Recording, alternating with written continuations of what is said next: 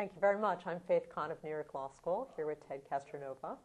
And our panel was wonderful. Thank you very much. Yeah, it was fun. It was good. A little early in the morning, but... It's certainly very early in the morning. So tell me, when you think about telecommunications and the cyber world, or the evolution of experiential spaces, gaming, virtual economies, what issues worry you? What worries me? What do you see as potential question?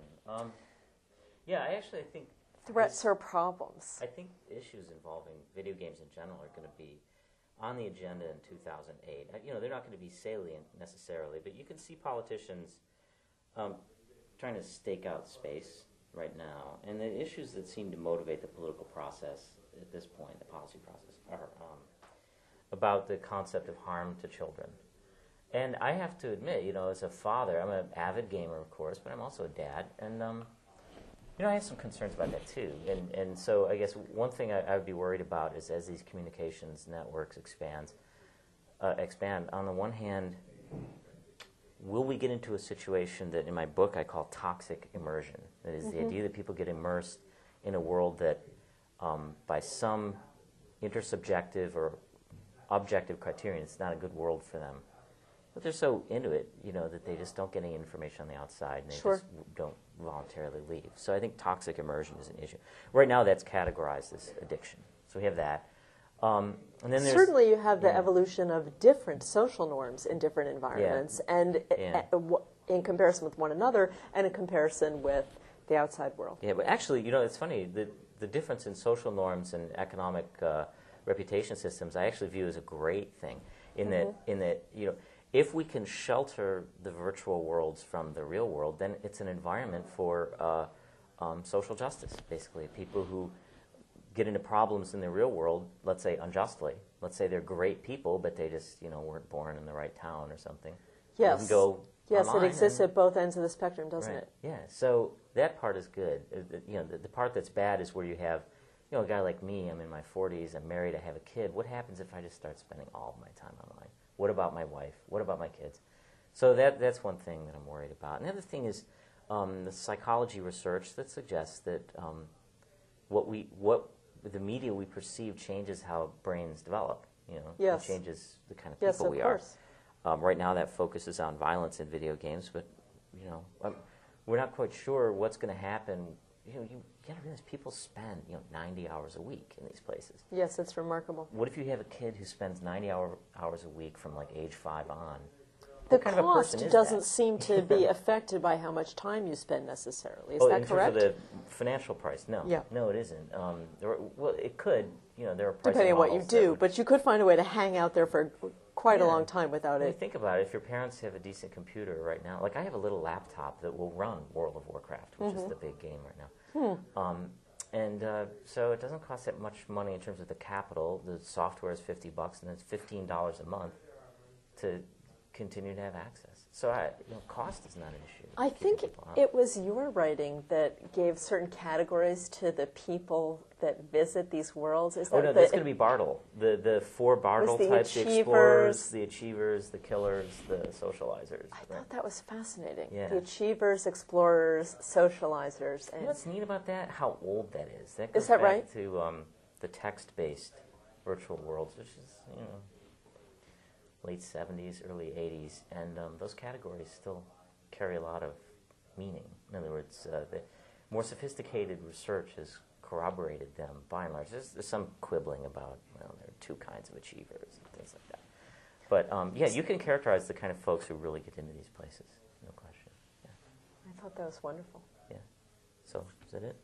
Any other particular reaction that you have to the panel, or something that you thought was let me any say surprises something. that you came away from? Since we're sort of recording here, State of Play 3, it's surprising to me, after 3 years of doing this, that we continue to have audiences where folks are like, there's still the wow factor. Really? Oh, wow. This stuff is still going on.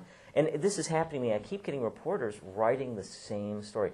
So you mean to tell me that people use real money to buy gold pieces in a virtual world, which was kind of a cool story 3 years ago. Mm-hmm. It's surprising to me that this meme is not spreading more widely. Mm-hmm. You know, we have so many newspapers, so many media outlets that have talked about, this is our third year of State of Play, and we're still, the population of folks who still have kind of this whiz-bang position that they're in, it's just sort of, you know, it surprises me that it continues.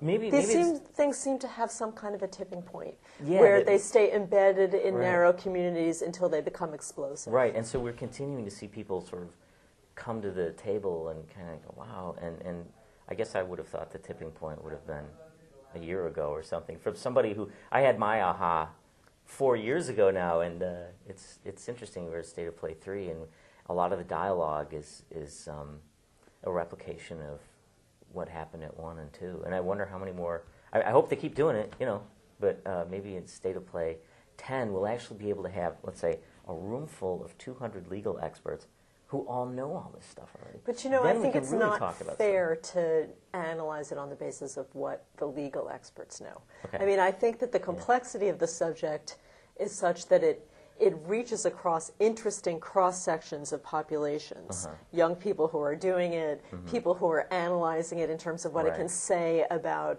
collective action or the generation of legal rules.